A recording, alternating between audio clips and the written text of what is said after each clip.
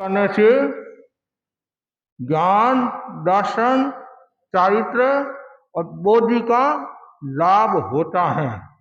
ये लाभ चतुष्टयी है। अज्ञान दुनिया का सबसे बड़ा दोष है। सारा संसार, अधिकांश संसार अज्ञान से भरा हुआ है। इससे बड़ा दुनिया में कोई दोष नहीं है, कोई पाप नहीं है। आदमी क्या करेगा जब उसे पता ही नहीं मुझे क्या करना है, मेरे लिए क्या हित है, क्या अहित है, क्या पुण्य है, क्या पाप है, क्या धर्म है, क्या अधर्म है। इसलिए ज्ञानी जनों ने कहा है अज्ञानम खलु कष्टम। अज्ञान कष्ट देने वाला है। अज्ञान एक प्रकार का रोग है, सब दोषों की जननी है। तो जो व्यक्ति स्तवन करता है, स्तुति करता है, उसका अज्ञान दूर हो जाता है, अज्ञान का नाश हो जाता है। दूसरा जो लाभ बताया है, मिथ्या दृष्टिकोण का नाश होता है। दुनिया में मिथ्यात्व भी बहुत है, ये भी एक प्रकार का रोग है। आचार्य महाप्रज्ञ जी के शब्दों में दुनिया का सबसे बड़ा भ्रष्टाचार यदि कोई है वह है मिथ्यात्व। मिथ्यात्व के कारण व्यक्ति सही समझ को प्राप्त नहीं होता है और दृष्टि में बदलाव नहीं लाता है। तो जो व्यक्ति स्तवन करता है तो मिथ्यात्व का दोष दूर हो जाता है, मिथ्या दृष्टि दोष का नाश हो जाता है। तीसरा जो लाभ बताया है चारित्र, चारित्र की प्राप्ति होती है, चारित्र शुद्ध होता है, अनाचार का समापन हो जाता, अनाचार नष्ट हो जाता है। चौथा है बोधि की प्राप्ति होती है। बोधि का अर्थ है प्रज्ञा का जागरण, विवेक चेतना का जागरण। यहां बोधि से तात्पर्य है ज्ञान, दर्शन, चारित्र। जब तक बोधि का विकास नहीं होता है, बोधि की प्राप्ति नहीं होती है, न ज्ञान की प्राप्ति होती है, न दर्शन की प्राप्ति होती है, न चारित्र की प्राप्ति होती है। तो स्तवन करने से ये चार बातें हमें प्राप्त होती है, ज्ञान, दर्शन, चारित्र और बोधि की प्राप्ति है। स्तवन प्रमोद भावना की एक अभिव्यक्ति है।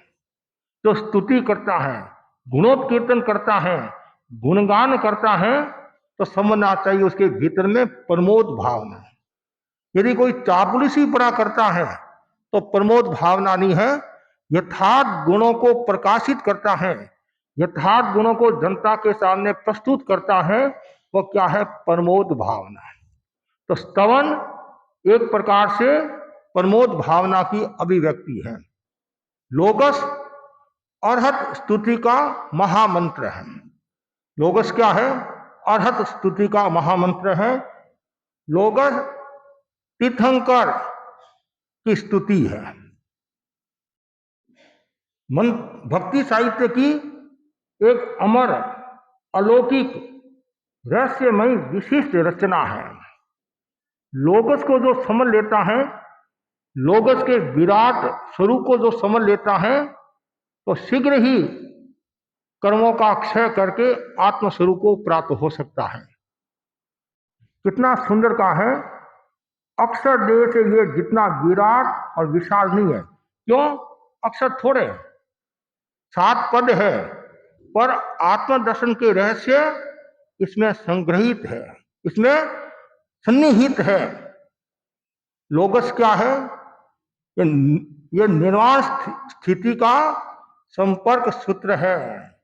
लोगस लोक यात्रा से प्रारंभ होता है और लोकाग्र तक जाने की लिफ्ट है। इसमें भक्ति भाव से तीर्थंकरों की स्तुति की जाती है। और लोगस का अर्थ भी आपके समझ में आना चाहिए। जब तक अर्थ समझ में नहीं आता है, भावार्थ समझ में नहीं आता है, तो हम रहस्य को प्राप्त नहीं कर सकते।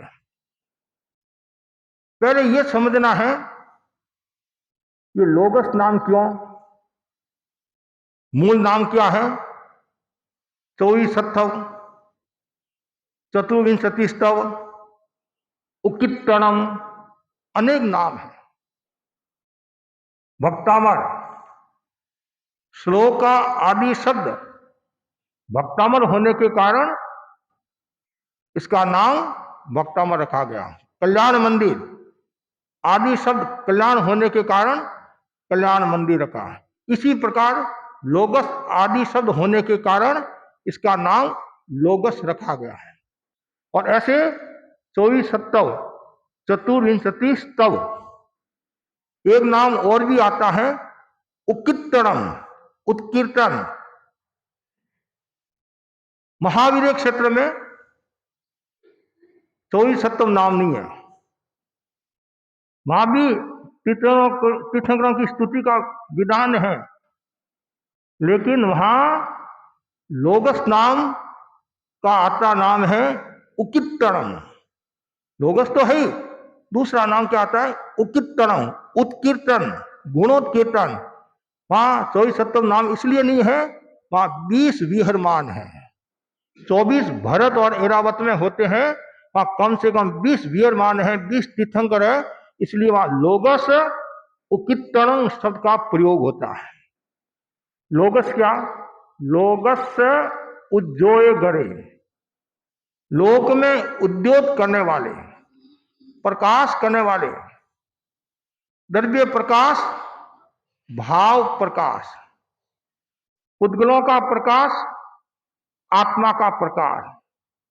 पुद्गलों का जो प्रकाश होता है वह सीमित होता है, मर्यादित होता है, लेकिन आत्मा का जो प्रकाश होता है, आत्म परिणामी है, वो शाश्वत है। सूरज का भी प्रकाश होता है, लेकिन सूरज शाम को अस्त हो जाता है। लेकिन तीर्थंकरों का जो प्रकाश होता है वो कभी अस्त नहीं होता है। लोक में उद्योग करने वाले, लोक में प्रकाश करने वाले हैं। ज्ञान का प्रकाश, दर्शन का प्रकाश, साहित्य का प्रकाश, तप का प्रकाश। लोगस उज्जोय गरे धम्म तीर्थ यरे जिने, ये धर्म के आदि करता है। तीर्थंकर भगवान कौन होते हैं, धर्म के आदि करता होते हैं, धर्म के प्रवर्तक होते हैं। इस अवसरपणी काल में 24 तीर्थंकर भक्त क्षेत्र में हुए हैं, और आदि प्रवर्तक कौन, भगवान ऋषभ, और लास्ट में भगवान महावीर हुए हैं। अरहंते कित्तई संग 24 संपी केवली। अरिहंत आदि जो है 24 तीर्थंकर है, उसकी मैं स्तवना करूंगा, स्तुति करूंगा, गुणोत्कीर्तन करूंगा। ये जो प्रथम पद है ये शाश्वत पद है। दूसरा, तीसरा, चौथा जो पद है अशाश्वत है। उसव मदीयं च वंदे संभव मभिनंदनं च सुमयं च पौमपहं सुपासं दीनं च चंदपहं वंदे सुविहिं च पुप्पदन्तं शीयल सिद्धं च वासु पूजं च विमल मनंतं च जीनं धम्मं संतिं च वंदामि कुंथुं अरं च मल्लिं वंदे मुनि सुवयं नमि जीनं च वंदामि रिठ नेमिं पासं तह बद्धमानं। ये जो 3 जो पद्य है, दूसरा, तीसरा, चौथा, इसमें 24 तीर्थंकरों के नाम उल्लिखित है। किसी को सिखाना है तो ये 3 पद सिखा दो। बीच में जो चय शब्द आता है वो पूर्ति के लिए, संपूर्ति के लिए आता है। कोई पद्य में अक्षर कम है तो चय है, वह है, ऐसे प्रयोग होता है। और जिन मतलब जिन, राग देश विजेता, वो हमारे भगवान होते हैं। और 24 तीर्थंकरों के नाम यदि किसी को सिखाना है तो ये 3 पद्य तो आप याद करा सकते हैं। एक और भी है फॉर्मूला, वो यदि आपको याद हो जाए तो आप बच्चों को अच्छी तरह से सिखा सकते हैं। ऋषभ ने अजीत से कहा, संभव होगा तो तुम्हारा अभिनंदन कराऊंगा। ऋषभ ने अजीत से कहा, संभव होगा तो तुम्हारा अभिनंदन कराऊंगा। सुमति को ठीक रखने के लिए पद्म सरोवर के सुपार्श्व में चंदा प्रभु का मंदिर है। सुविधि पूर्वक ध्यान करने से शीतलता प्राप्त होती है। श्रेयांश, वासु पूज्य, विमल, तीनों ने मिलकर अनंत धर्मों के सुखों की चर्चा की जिनसे उनको शांति मिली। कुंतु जैसे छोटे से जीव को मारने से पाप लगता है, और मल्ली के मन में सुव्रत लेने की इच्छा जगी जिनसे उनके कर्म नरम नमी पड़े और नेमी और पार्श्व महावीर के पास गए।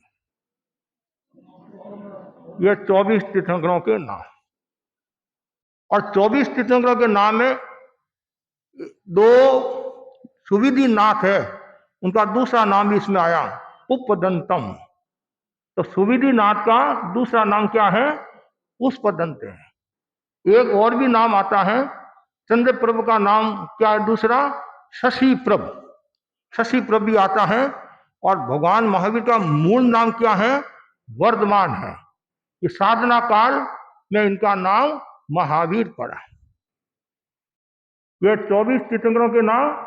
उसके बाद में एवं मय अभित हुआ, विहुय रेमला पहीन जन्मना 24 संपी जिनवरा तिथ्यरा में पसियंतु। बहुत सुंदर है। एवं मैं अभित हुआ, इस प्रकार मेरे द्वारा स्तवन किए गए, मेरे द्वारा स्तुति किए गए, पहीन जन्मना अर्थात जरा वृद्धावस्था से रोग शोक से मुक्त, पहीन जन्मना 24 संपी जिनवरा 24 तीर्थंकर भगवान मुझ पर प्रसन्न हो। सबके मन में रहता है सासू मेरे पर प्रसन्न रहे, ससुर जी मेरे पर प्रसन्न रहे, माँ बाप मेरे पर प्रसन्न रहे, और हम भी ये भावना भाते हैं गुरु भी हमारे पर प्रसन्न रहे।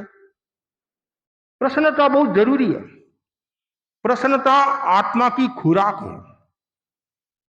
जहां प्रसन्नता है वहां तनाव नहीं है, वहां अलगाव नहीं है, न कोई लगाव है, और केवल आत्मा से एकतार है।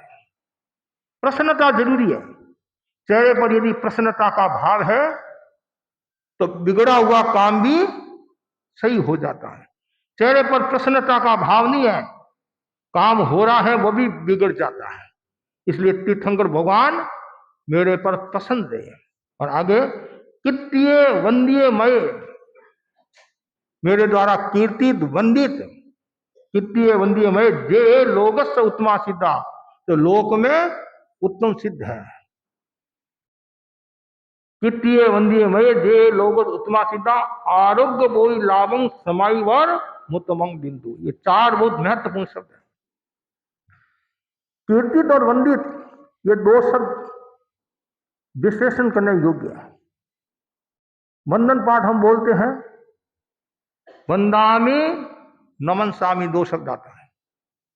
प्राय हम आज से अर्थ करते हैं, आप कहते हैं वंदना करना, नमस्कार करना।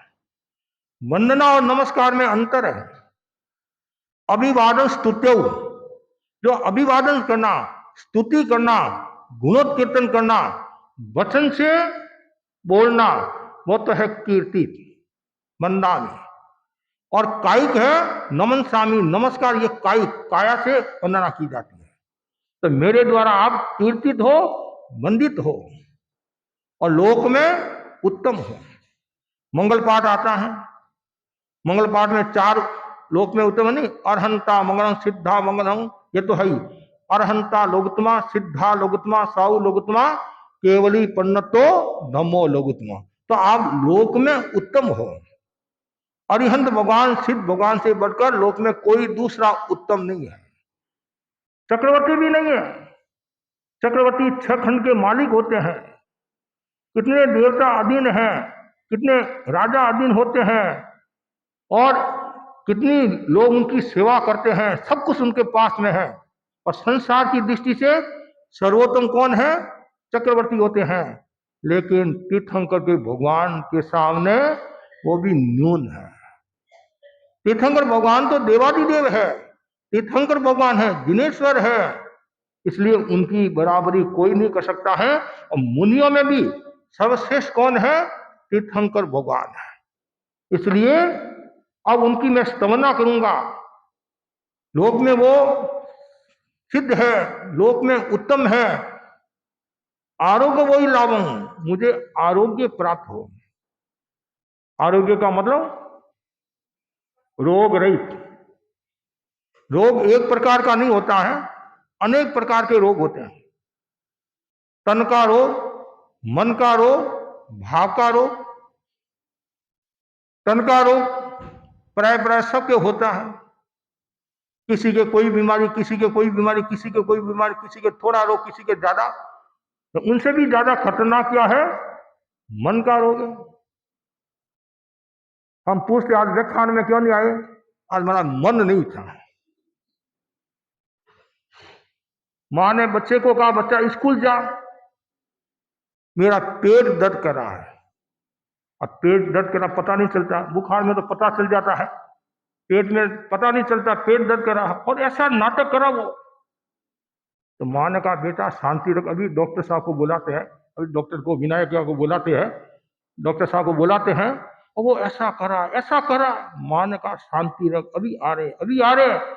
इतने में स्कूल की बस आई और ड्राइवर ने कहा बच्चे को भेजो कि बच्चे आज नहीं आएगा बच्चा, इसके पेट में दर्द है।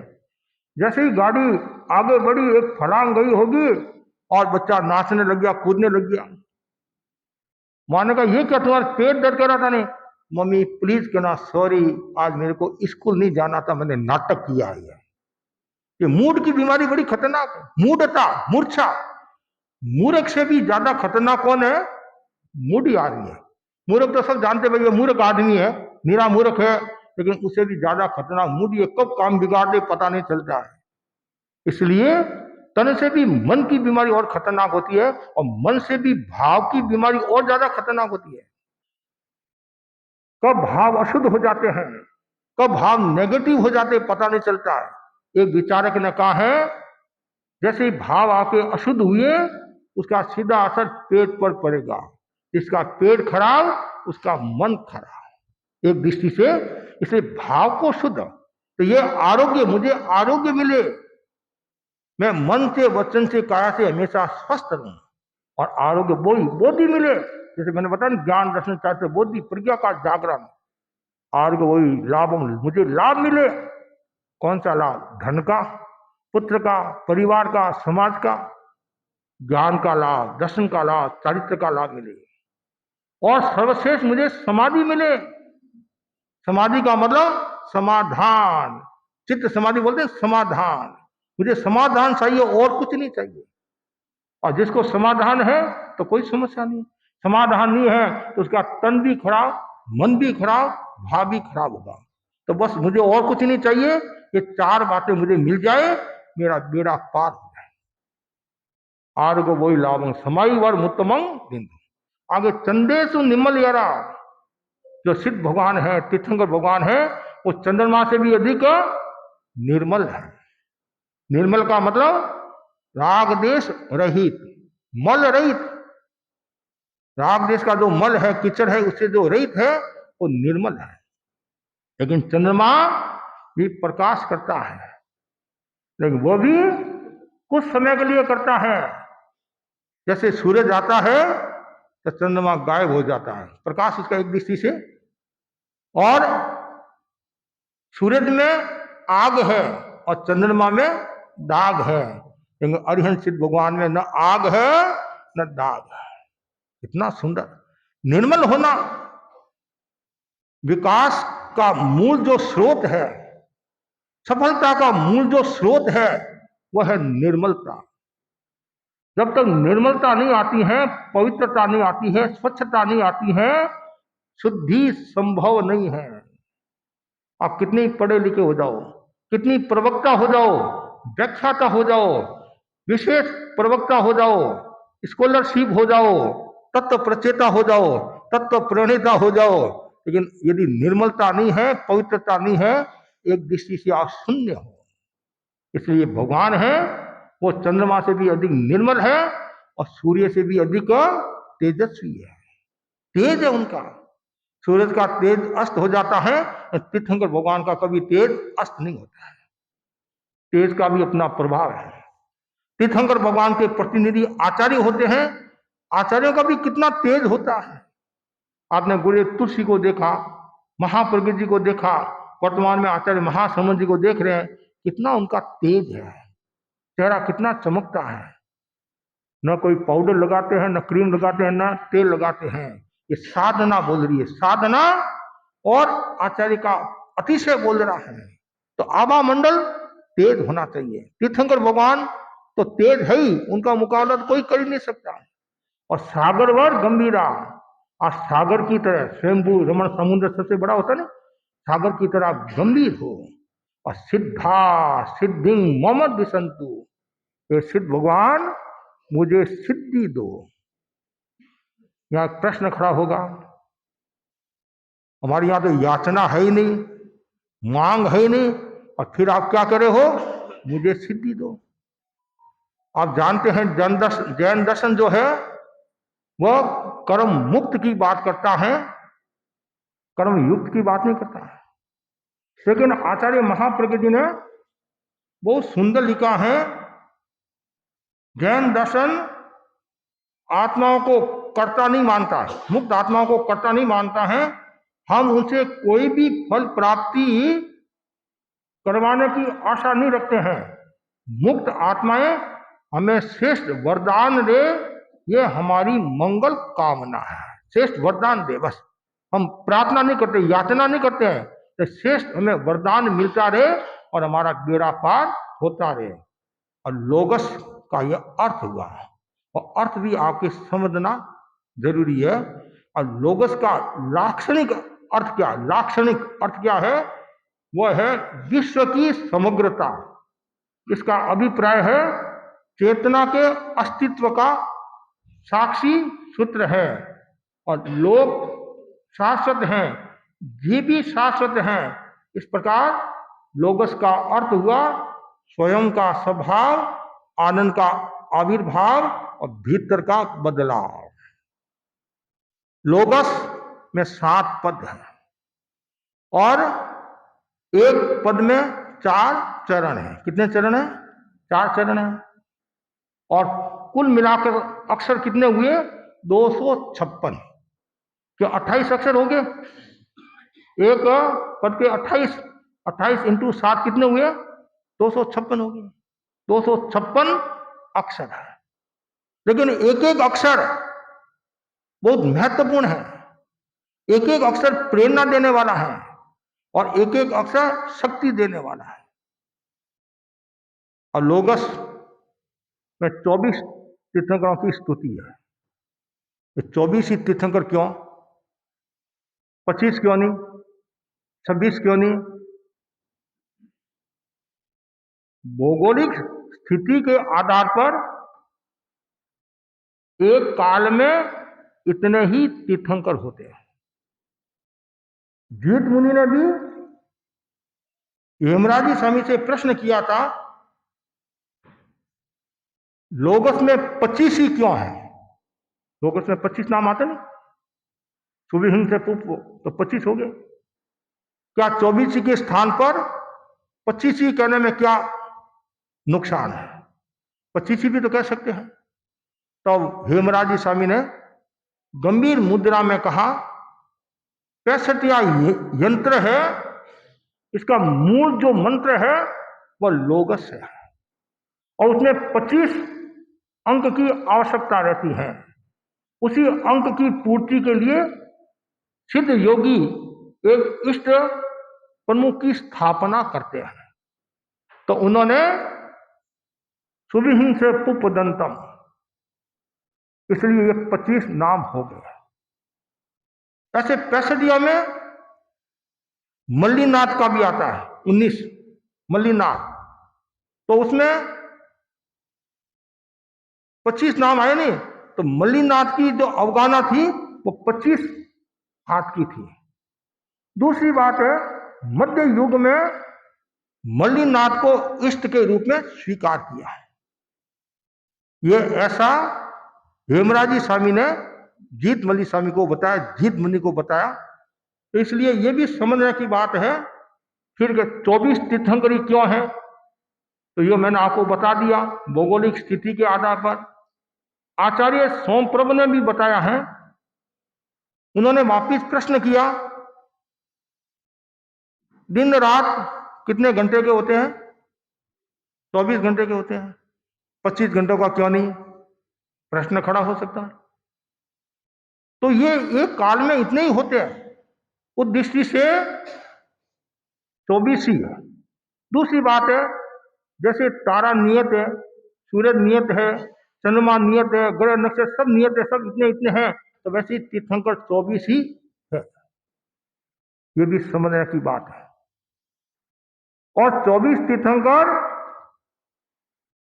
2 काल चक्र, मतलब अवसर्पणी और उत्सर्पणी 2 मिलकर कितने हो जाएंगे? 48 हो जाएंगे। काल चक्र 1 हुआ, अवसर्पणी और उत्सर्पणी में 48 तीर्थंकर, और उसमें भी तीसरे और चौथे आर्य में तीर्थंकर भगवान होते हैं। तीसरे आर्य में 1 हुए, चौथे आर्य में 23 हुए, उत्सर्पणी में तीसरे आर्य में 23, चौथे आर्य में 1 होगा। अब तीर्थंकरों की स्तुति करने से कितना लाभ होता है? सबसे पहला जो लाभ बताया, कर्म निर्जरा। इतनी कर्म निर्जरा होती है, इतनी कर्म निर्जरा जिनकी हम कल्पना नहीं कर सकते। यदि मनोभाव के साथ, श्रद्धा भक्ति के साथ, निष्ठा के साथ यदि लोगस की माला फेरे, हमारे मुनि जीवनमल्ली स्वामी थे जसोल के, रोजाना लोगस की माला फेरते हैं, संभव से खड़े खड़े। और भी हमारे अनेक साधु साधियां हैं तो प्रतिदिन लोगस की माला फेरते हैं, और श्रावक श्राविकाओं में भी मिल जाएंगे। उसके लिए स्थान पवित्र होना जरूरी है, वातावरण पवित्र होना जरूरी है, मन शांत होना जरूरी है, और श्रद्धा भक्ति से यदि आप तीर्थंकर की स्तुति करोगे, लोगस पाठ करोगे, तो पहला लाभ है कर्म निर्जरा, अनंत कर्मों की निर्जरा। दूसरा है आभा मंडल आपका निर्मल होगा, पवित्र होगा। तीसरा कषाय शांत होंगे, क्रोध मान माया लोभ हावी नहीं होंगे। चौथा, आपके विकार दूर होंगे, विषय वासना के प्रति जो आकर्षण है, शब्द रूप रस गंध स्पर्श, वो भी आपका मिट जाएगा। और सबसे महत्वपूर्ण बात, आपका मन हमेशा पवित्र रहेगा, आनंद की अनुभूति करोगे, और यहां तक कि देवता भी आपकी सेवा में रह सकते हैं।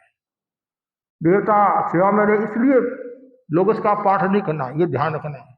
लोगस का पाठ साधना की दृष्टि से, कर्म निद्रा की दृष्टि से लोगस का पाठ करना है, और इससे पाप नष्ट होता है। और यहां तक बताया गया है, तीर्थंकरों की स्तुति करने से तीर्थंकर नाम गोत्र का भी बंधन होता है। तो ये इतना बड़ा लाभ है। और आगे बताया गया है, जैसे हमारे यहाँ प्रतिक्रमण जो होता है, उसमें 4 लोगस, 8 लोगस, 12 लोगस, 20 लोग का एक समय प्रावधान था। भिक्षु स्वामी के समय में प्रतिदिन 4 लोगस, उसके बाद पक्षी के दिन 8 लोगस, चौमासी पक्षी के दिन 12 लोगस, और संवत्सरी के दिन 20 लोगस का प्रावधान था। और आज भी अन्य परंपरा में, थानावासी परंपरा, ये भी एक परंपरा है, लेकिन मगुआ गणी ने विशेष निर्जरा की दृष्टि से उन्होंने थोड़ा बदलाव किया।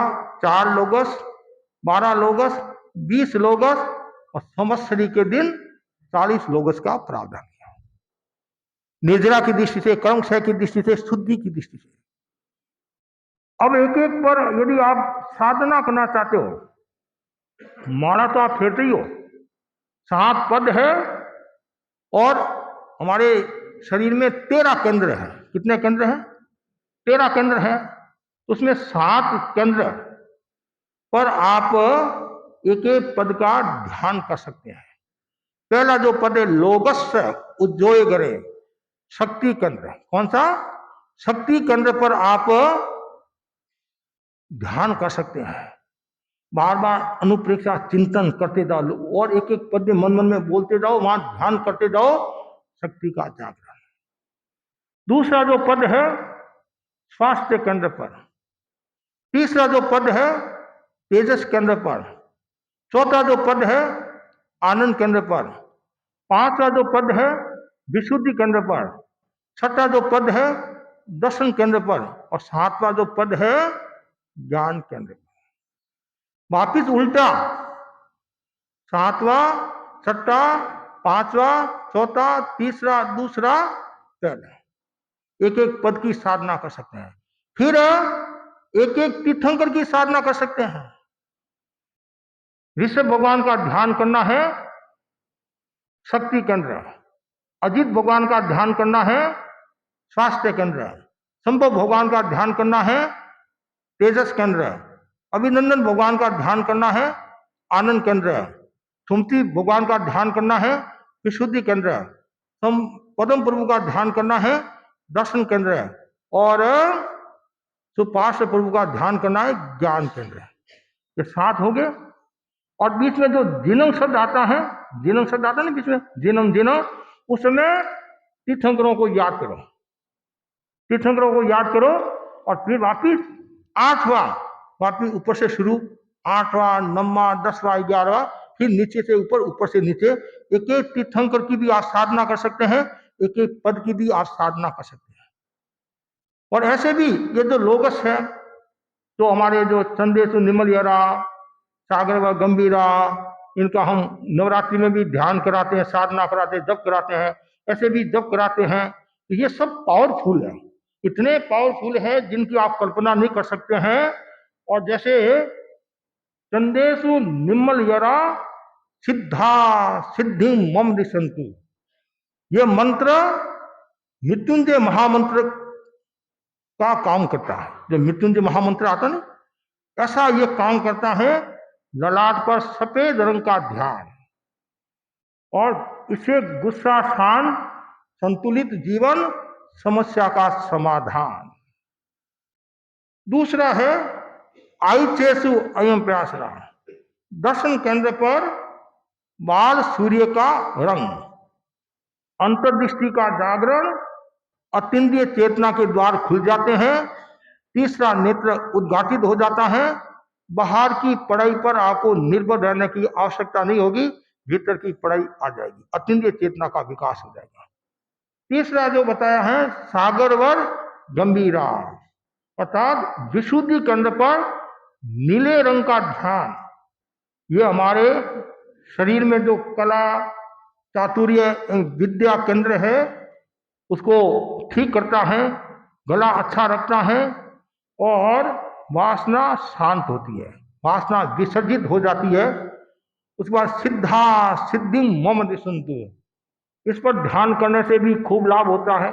अनेक शक्तियों को हम प्राप्त कर सकते हैं, आत्मा को आलोकित कर सकते हैं, आत्मा को आनंदित कर सकते हैं।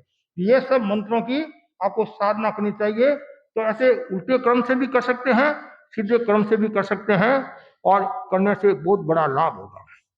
अब जिन्होंने भी लोगस का पाठ किया है, लोगस की मनोयोग के साथ में साधना की है, लोगस में जिसका विश्वास है, कुछ लोग हैं सुबह उड़ते ही दिशाओं में, जो 4 दिशाएं हैं उन दिशाओं में लोगस का पाठ करते हैं।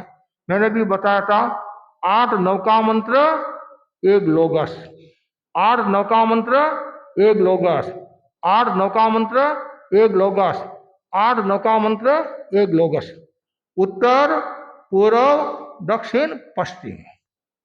और रात को सोते समय 7 बार लोगस का पाठ करें। और हमारे यहाँ जैसे प्रायश्चित आता है उसमें लोगस दिया जाता है। और आपको पता है जब हम अरहत बनना करते नहीं, अरहत बनना के बाद में लोगस बोलते हैं, सीधा भी बोलते हैं, उल्टे क्रम से भी बोलते हैं। ये जो हमारे को प्रायश्चित मिलता है उसकी शुद्धि के लिए करते हैं। और उल्टा क्यों बोलते हैं? जागरूकता बनी रहे। कभी कभी हम 3 लोगस का ध्यान करते हैं, 4 लोगस का भी ध्यान करते हैं। गुरुदेव के वहां कभी 3 लोगों का 4 लोगों का भी ध्यान करते हैं। तो एक भाई आया, महाराज गुरुदेव, एक भाई बोली शायद संभव थे, भाई ने कहा अब 3 लोगों का ध्यान शुरू हो गया है, पहले 2 लोगों का होता था। मैंने कहा ये तो संभव नहीं है। फिर मैंने कहा ऐसी बात नहीं, 3 का 4 का भी होता है, 5 का भी होता है। ये तो जो हमारे को प्रायश्चित आता नहीं, जैसे किलोमीटर विहार करते हैं, 10 किलोमीटर 15 किलोमीटर 20 किलोमीटर का विहार करते हैं, जितना ज्यादा लंबा विहार करेंगे उतना ही प्रायश्चित आएगा, लोगस का आएगा। तो उस दृष्टि से सामान्यतया 2 लोगस। क्यों ये 2 लोगस क्यों? जब हम पंची समिति जाते, गोसी पानी जाते हैं, 2 बार पंची समिति गए तो 25 श्वासोश्वास, कितना 25 श्वासोश्वास का दंड मिला हमारे को, प्रायश्चित आया। तो श्लोक में लोगस में कितने हैं? 28 है। 28 हो गया नहीं? एक पद में कितने अक्षर है? हैं? हाँ नहीं हो गया नहीं? जैसे एक चरण में 8 अक्षर है, तो 4 चरण कितने हुए? 32 अक्षर हुए।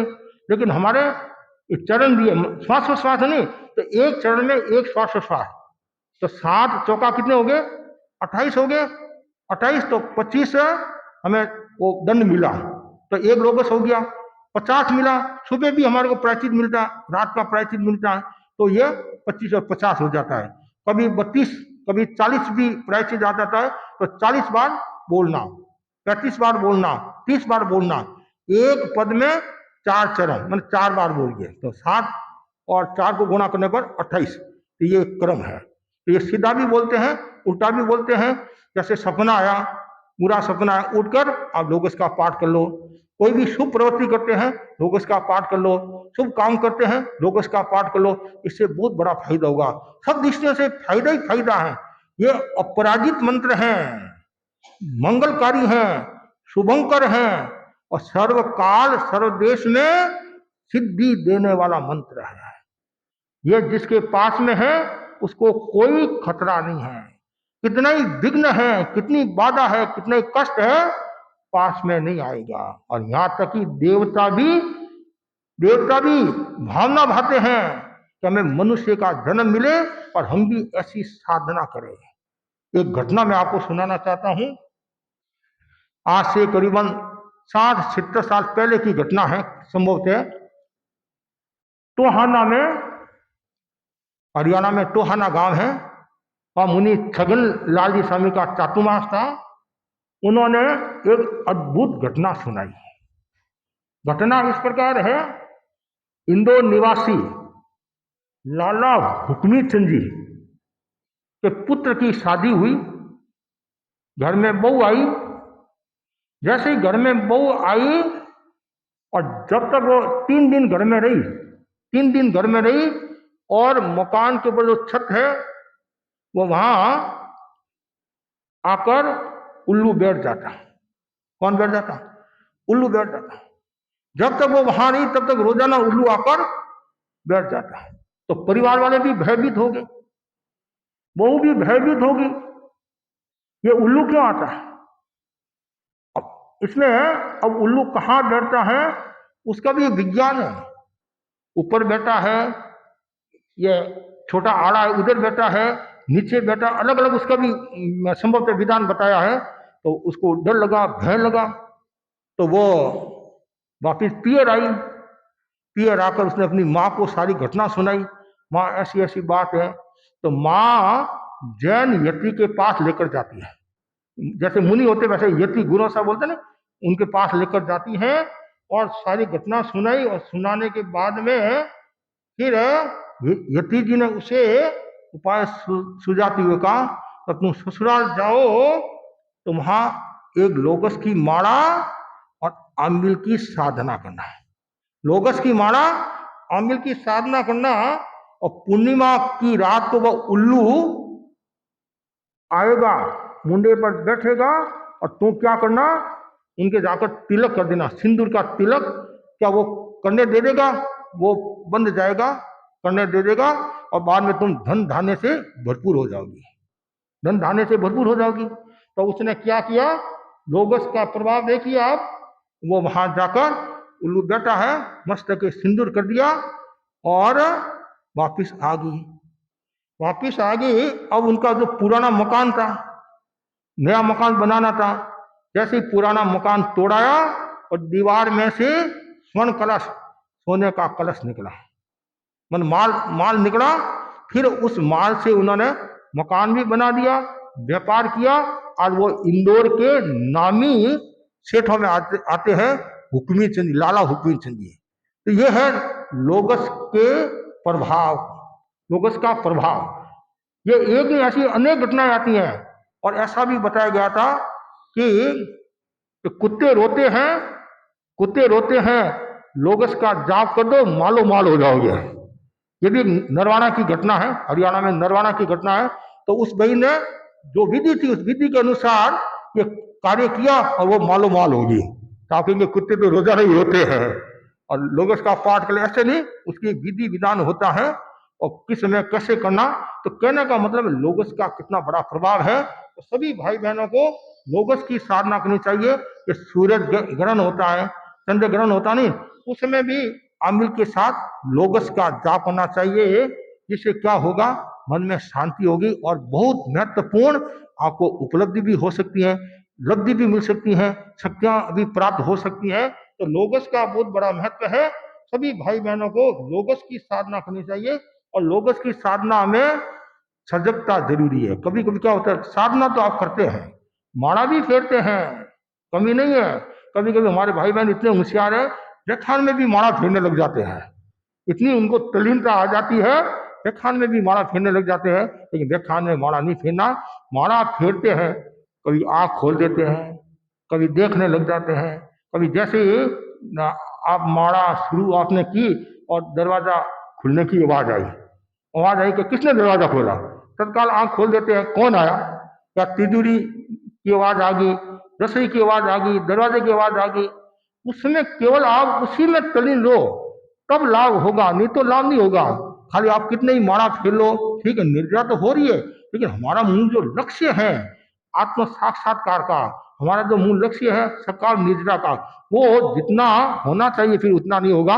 इसलिए अर्थ, बोध, एकाग्रता, निष्काम भाव से यदि हम प्रवृत्ति करेंगे तो जरूर आपको लाभ होगा। तो सभी भाई बहनों को लोगस की साधना करनी चाहिए।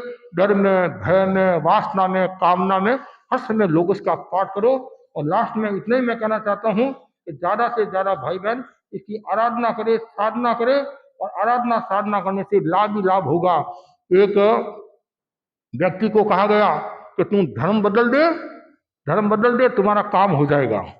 वो बोला धर्म बदलने की परंपरा नहीं है, धर्म बदला नहीं जाता है, वो तो स्वेच्छा से किया जाता है।